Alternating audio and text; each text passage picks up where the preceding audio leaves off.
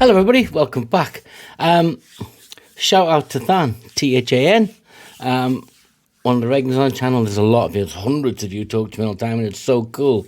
But he reminded me, he said, let's get back on track and start exploring some other arenas. And you know what, he's right. It's not that I don't want to, but you can kind of get drawn into that whole, not pleasing everybody, that's not the right way to say it, but I love lots of music. Yes, I lean heavily into blues and rock and blues rock and great guitarists.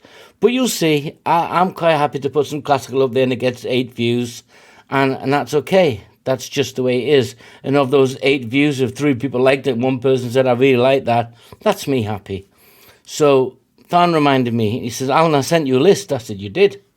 I said, and you're right. Let's go back and revisit some bands that maybe I don't know much about, and this is one of them.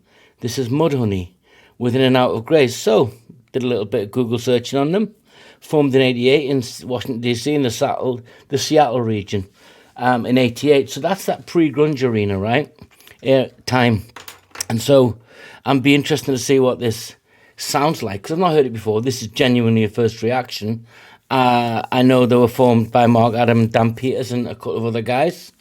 I think they're still going to this day. I think it's 2018 was the last I could see anything on their thing, but a really influential band. That's what it says. So, without any further ado, let's find out what these guys have got to offer and have a play. Well, we want to be free.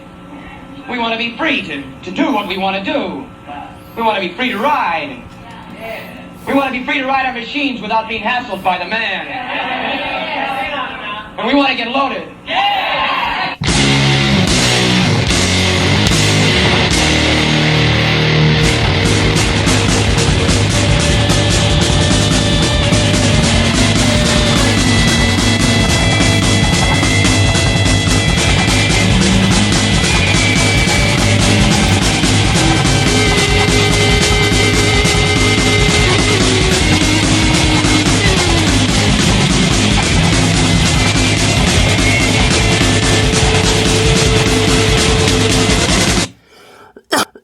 First of all, let's look at the opening lyrics. We want to be free. We want to be free to ride our machines without being hassled by the man. I get that sense of Rage Against the Machine, you know. You got to do what I told you. So, again, I can see why I would be drawn to this. Musically, it's really dirty. And I say that, you know what I mean, guys. It's not beautifully produced, it's raw. Yeah, so I like that. Yeah, let's pull that back, because that opening line kind of sets the tone for the song, or does it? I don't know. We want to be free to do what we want to do. We want to be free to ride. You got to do what they told you. We want to be free to ride our machines without being hassled by the man. You got to do what they told you. And we want to get loaded.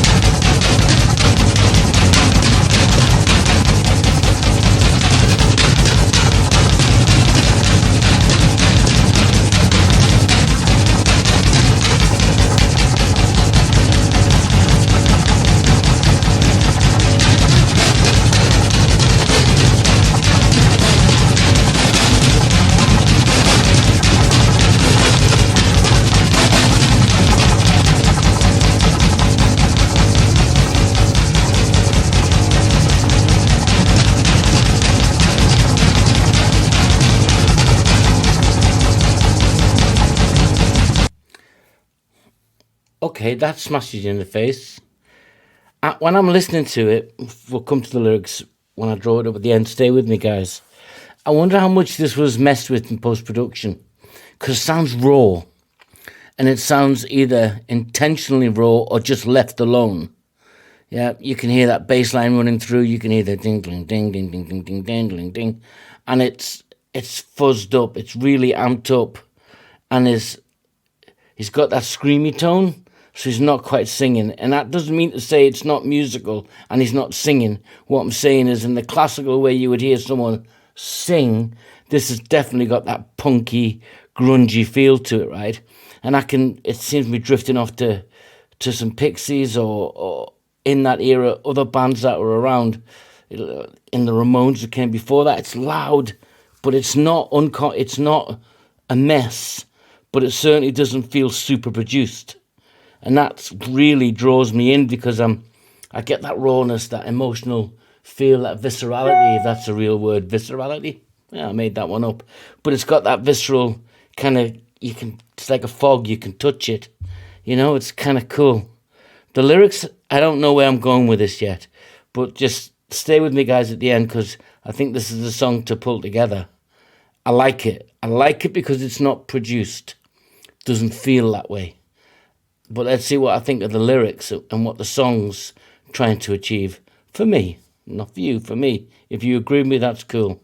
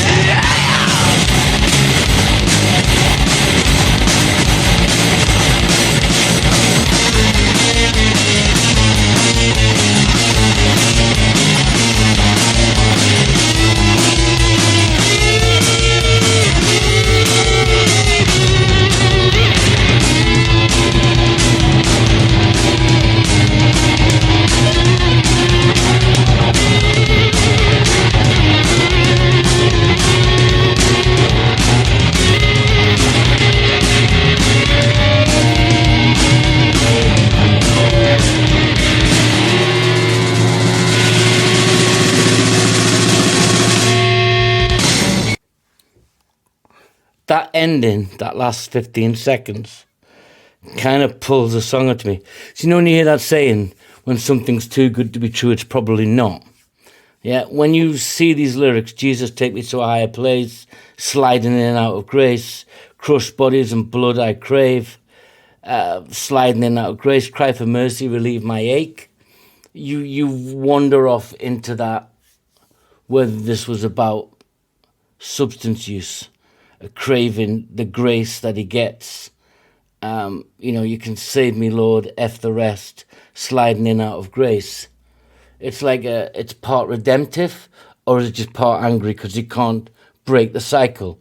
Or is this, as you think it is, sliding in and out of grace? from a misogynist perspective, because there's nothing nice about this song. This song is quite it's not misogynistic, because I don't think that's what this is about. It's not about objectification of a person called Grace, but it's letting you think, is it that or is it this? And I don't know which it is. I can't make my mind up. Is it so obvious it can't be true, or is it the secondary that it's about that? But when you listen to the music at the end, when it's sliding down, and it's coming down, but it's the same rhythm, just the tempo's really slowed down. Is that the end of sliding in and out of grace, or is that the come down from the substance high, or is it none of the above?